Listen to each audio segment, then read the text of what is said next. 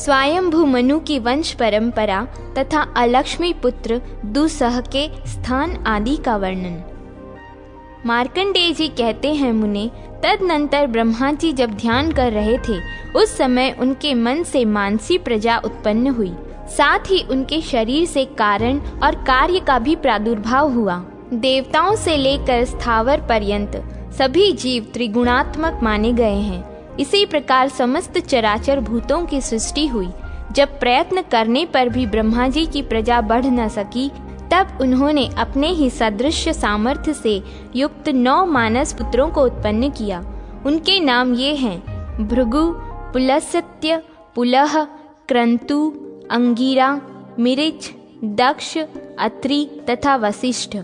पुराणों में ये 9 ब्रह्मा माने गए हैं। इसके बाद ब्रह्मा जी ने अपने क्रोध से रुद्र को प्रकट किया, फिर संकल्प और धर्म को उत्पन्न किया, जो पूर्वजों के भी पूर्वज हैं। स्वयंभू ब्रह्मा जी ने जिन्हें सबसे पहले उत्पन्न किया, वे सनंदन आदि 4 भाई लोक में आसक्त नहीं हुए। वे सब के सब निरपेक्ष, एकाग्रचित्त, भविष्य को जानने वाले, वितराग और मात्सर्य रहित थे। तत्पश्चात प्रजापति ने अनेक प्रकार के स्त्री पुरुष उत्पन्न किए, जिनमें कोमल, क्रूर, शांत, श्याम वर्ण तथा गौर वर्ण सभी तरह के लोग थे। इसके बाद उन्होंने अपने ही समान प्रभावशाली एक पुत्र रत्न उत्पन्न किया, जिनका नाम स्वयंभूव मनु था। उन्हें ब्रह्मा जी ने प्रजाजनों का रक्षक बनाया। फिर स्वयंभू मनु ने शतरूपा को अपनी पत्नी बनाया, जो तपस्या के प्रभाव से सर्वथा निष्पाप थी। शतरूपा ने स्वयंभू मनु के संपर्क से 2 पुत्रों को जन्म दिया। वे प्रियव्रत और उत्तानपाद के नाम से विख्यात हुए। उन दोनों की अपने कर्मों से प्रसिद्धि हुई। शतरूपा के गर्भ से 2 कन्याओं का भी जन्म हुआ। उनमें से एक का नाम रिद्धि और दूसरी का प्रसूति था। स्वयंभू मनु ने प्रसूति का विवाह दक्ष से और रिद्धि का रुचि प्रजापति से किया। प्रजापति रुचि और आकुति से जुड़वी संतान उत्पन्न हुई, जिनमें एक पुत्र था और दूसरी कन्या। पुत्र का नाम यज्ञ और कन्या का दक्षिणा था। यज्ञ के याम नाम से विख्यात 12 पुत्र हुए। ये ही स्वयंभू मनवंतर में 12 देवता कहलाए। ये बड़े तेजस्वी थे। दक्ष ने प्रसूति के गर्भ में 24 कन्याएं उत्पन्न की। उनके नाम ये हैं, सुनो: श्रद्धा, लक्ष्मी, धृति, तुष्टि, पुष्टि, मेधा, क्रिया, बुद्धि, लज्जा, वपु, शांति, सिद्धि तथा 13वीं कीर्ति। इन सब को धर्म ने अपनी पत्नी के रूप में ग्रहण किया। इनसे शेष जो 11 छोटी कन्याएं थीं, उनके नाम इस प्रकार हैं: ख्याति, सती, संभूति, स्मृति, प्रीति, क्षमा, सन्नति, ऊर्जा, अनसूया, स्वाहा और स्वधा। इन सब को क्रमशः भृगु, महादेव जी, मरीचि, अंगिरा, पुलस्त्य, पुलह, क्रतु, वशिष्ठ, अत्रि, अग्नि और पितरों ने ग्रहण किया। श्रद्धा ने काम को, लक्ष्मी ने दर्प को, धृति ने नियम को, तुष्टि ने संतोष और पुष्टि ने लोभ को उत्पन्न किया। मेधा से श्रुत का, क्रिया से दंड, नय और विनय का, बुद्धि से बोध का, लज्जा से विनय का, वपु से व्यवसाय का, शांति से क्षेम का, सिद्धि से सुख का और कीर्ति से यश का जन्म हुआ। ये सभी धर्म के पुत्र हैं। काम से उनकी पत्नी रति ने हर्ष नामक पुत्र उत्पन्न किया, जो धर्म का पौत्र कहलाया। अधर्म की स्त्री हिंसा थी। उसके गर्भ से अनृत नामक पुत्र और निरृति नामक कन्या उत्पन्न हुई। फिर इन दोनों में से 2 पुत्र तथा 2 कन्याओं का जन्म हुआ। पुत्रों के नाम थे नरक और भय तथा कन्याओं के नाम थे माया और वेदना। ये उनकी पत्नियां हुईं। इनमें भय की स्त्री माया ने सब प्राणियों का संहार करने वाले मृत्यु नामक पुत्र को उत्पन्न किया और वेदना ने नरक के संसर्ग से दुख नामक पुत्र को जन्म दिया। मृत्यु से व्याधि, जरा, शोक, तृष्णा और क्रोध उत्पन्न हुए। ये सब अधर्म रूप हैं और दुख के हेतु बतलाए जाते हैं। इनके स्त्री और पुत्र नहीं हैं। ये सभी ऊर्ध्वरेता हैं। अलक्ष्मी के 14 पुत्र हैं, जिनमें 13 तो क्रमशः 10 इंद्रिय, मन, बुद्धि और अहंकार में पृथक पृथक रहते हैं। 14वें का नाम दुस्सह है। वह मनुष्य के ग्रहों में निवास करता है। वह भूख से दुर्बल, नीचा मुख किए, नंग धड़ंग और चीथड़ा लपेटे रहता है।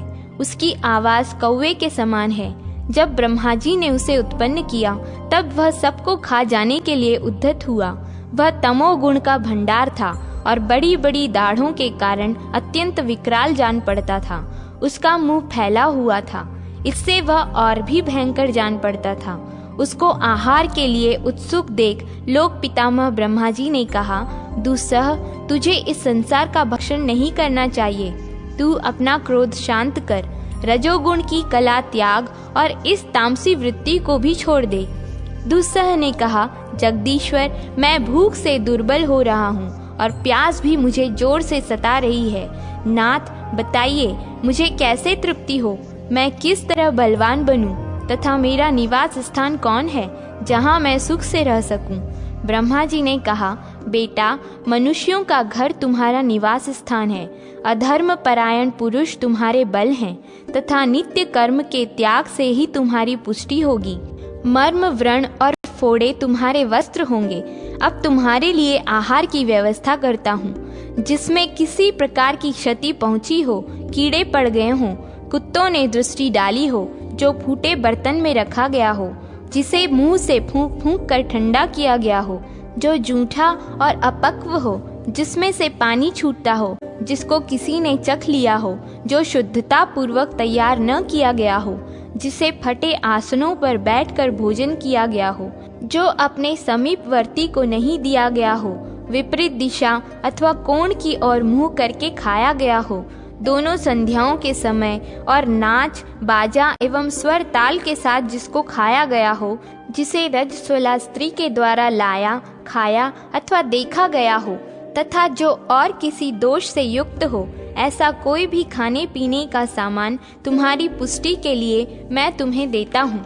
यक्ष्मन, बिना श्रद्धा का हवन, बिना नहाए, बिना जल के अवहेलना पूर्वक दिया हुआ दान, जो व्यर्थ पड़ी हो अथवा फेंक दी जाने वाली हो, ऐसी वस्तु का दान और अत्यंत अभिमान से, दोष से, क्रोध से तथा कष्ट मानकर किया हुआ दान, इन सब का फल तुम्हें ही मिलेगा। कन्या का मूल्य चुकाने के लिए जो धनोपार्जन की क्रिया की जाती है तथा जो असत शास्त्रों द्वारा संपादित होने वाली क्रियाएं हैं, उन सब का फल तुम्हारी पुष्टि के लिए तुम्हें देता हूँ। जो कार्य केवल धन कमाने के लिए किया जाता है, धर्म की दृष्टि से नहीं, तथा जो सत्य की अवहेलना पूर्वक अध्ययन किया जाता है, वह सब तुम्हारी इच्छा पूर्ति के लिए तुम्हें दे रहा हूँ। जो मनुष्य गर्भिणी स्त्री के साथ समागम करते, संध्या और नित्य कर्म का उल्लंघन करते तथा असत शास्त्रों के अनुसार कार्य या उनकी चर्चा करके दूषित होते हैं, ऐसे मनुष्यों को दबाने की तुम में पूरी शक्ति होगी। दुस्सह, जहाँ एक ही पंक्ति में 2 तरह का भोजन परोसा जाता हो, अतिथि सत्कार और बलि वैश्व देव का उद्देश्य न रखकर केवल अपने लिए भोजन बनाया जाता हो, भोजन में भेद रखा जाता हो, अर्थात किसी के लिए अच्छा और किसी के लिए खराब बनता हो, और जहाँ घर में रोज रोज कलह होता हो, वहीं तुम्हारा निवास है। जहाँ गाय, घोड़े आदि वाहन बिना खिलाए पिलाए बांध दिए जाते हों, और संध्या के पहले ही जिस घर को धो बुहार कर साफ नहीं किया जाता हो, वहाँ रहने वाले मनुष्यों को तुमसे भय प्राप्त होगा। जो मनुष्य बिना व्रत के ही उपवास करते, जुए और स्त्रियों में आसक्त रहते, दुस्सह वचन बोलते और विडाल व्रती होते, बिल्लियों की तरह ऊपर से साधु बनकर छिपे छिपे अपना उल्लू सीधा करते हैं, वे सब तुम्हारे उपकारी हैं। जो ब्रह्मचर्य पालन के बिना ही अध्ययन और विद्वान हुए बिना ही यज्ञ करते हैं, तपोवन में रहकर भी ग्राम्य विषय भोगों का सेवन करते हैं और अपने मन को जीतने का यत्न नहीं करते, तथा जो ब्राह्मण, क्षत्रिय, वैश्य एवं शूद्र अपने अपने कर्म से भ्रष्ट होते हैं, ऐसे लोग परलोक की इच्छा से जो भी चेष्टा करते हैं, उसका सारा फल तुम्हें ही मिलेगा। यक्ष्मन, तुम्हारी पुष्टि के लिए और भी उपाय बताता हूँ, सुनो। जो लोग बलि वैश्व देव के अंत में तुम्हारे नाम के उच्चारण पूर्वक तुम्हें बलि अर्पण करते हैं और यक्ष्मेत्ते निर्णय जन्म नमः कहकर उसे त्यागते हैं, जो शुद्धता पूर्वक बना हुआ अन्न विधि पूर्वक भोजन करते, बाहर भीतर से पवित्र रहते, लोलुपता नहीं रखते और स्त्रियों के वशीभूत नहीं होते, ऐसे मनुष्यों के घरों को तुम त्याग देना, जहाँ हविष्य से देवताओं की और श्राद्धान्न से पितरों की पूजा होती हो, तथा कुल की स्त्रियों, बहनों और अतिथियों का स्वागत सत्कार होता हो, उस घर को भी छोड़ देना, जहाँ बालक, वृद्ध, स्त्री, पुरुष तथा स्वजन वर्ग में प्रेम हो, जहाँ की स्त्रियां आनंद पूर्वक रहती हों, बाहर जाने के लिए उत्सुक नहीं होती तथा लज्जा की रक्षा करती हैं, उस घर पर भी दृष्टि न डालना, जहाँ अवस्था और संबंध के अनुसार शयन, आसन और भोजन की व्यवस्था हो,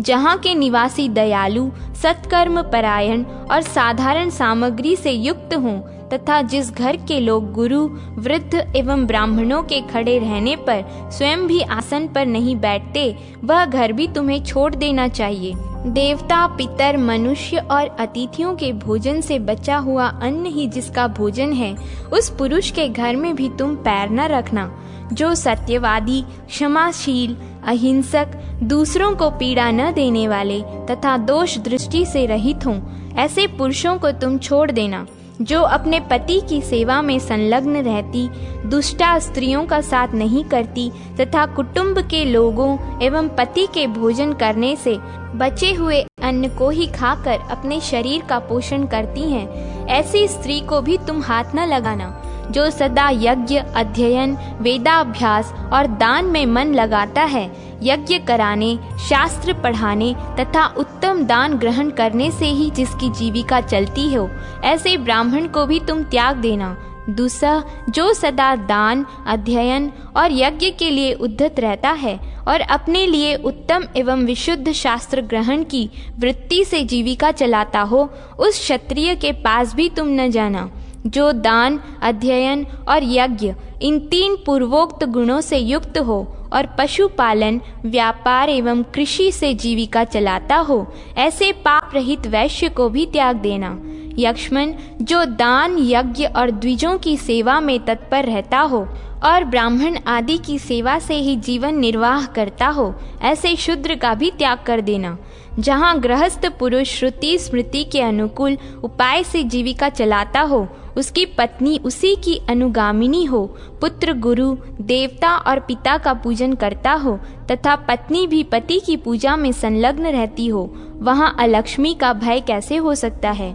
यक्ष्मन, जो प्रतिदिन संध्या के समय पानी से धोया जाता हो और स्थान स्थान पर फूलों से पूजित होता है, उस घर की ओर तुम आंख उठाकर देख भी नहीं सकते। जिस घर में बिछी हुई शैया को सूर्य न देखते हों, अर्थात जहाँ लोग सूर्योदय के पहले ही सोकर उठ जाते हों, जहाँ प्रतिदिन अग्नि और जल प्रस्तुत रहता हो, सूर्योदय होने तक दीप जलता एवं सूर्य का पूर्ण प्रकाश पहुँचता हो, वह घर लक्ष्मी का निवास स्थान है। जहाँ सांड, चंदन, वीणा, दर्पण, मधु, घृत, ब्राह्मण तथा तांबे के पात्र हों, उस घर में तुम्हारे लिए स्थान नहीं है। दूसरा, जहाँ पके या कच्चे अन्नों का अनादर और शास्त्रों की आज्ञा का उल्लंघन होता हो, उस घर में तुम इच्छा अनुसार विचरण करो। जिस घर में मनुष्य की हड्डी हो और एक दिन तथा एक रात मुर्दा पड़ा रहा हो, उसमें तुम्हारा तथा अन्य राक्षसों का भी निवास रहे, जो अपने भाई बंधु को तथा सपिंड एवं समानोदक मनुष्य को अन्न और जल दिए बिना ही भोजन करते हैं, उस समय उन लोगों पर तुम आक्रमण करो। जहाँ पूर्ववासी पहले से ही बड़े बड़े उत्सव मनाने में प्रसिद्ध हो चुके हों और पहले की भांति अब अपने घर पर उत्सव मनाते हों, ऐसे घरों में न जाना। जो सूप की हवा से, भीगे कपड़े के जल की बूंदों से तथा नख के अग्रभाग के जल से स्नान करते हों, उन कुलक्षणी पुरुषों के पास अवश्य जाओ। जो पुरुष देशाचार, प्रतिज्ञा, कुल धर्म, जप, होम, मंगल, देव यज्ञ, उत्तम शौच तथा लोक प्रचलित धर्मों का भली भांति पालन करता हो, उसके संसर्ग में तुम्हें नहीं जाना चाहिए। मार्कंडेय जी कहते हैं, दूसरा से ऐसी बात कहकर ब्रह्मा जी वहीं अंतर्ध्यान हो गए। फिर उसने भी ब्रह्मा जी की आज्ञा का उसी प्रकार पालन किया।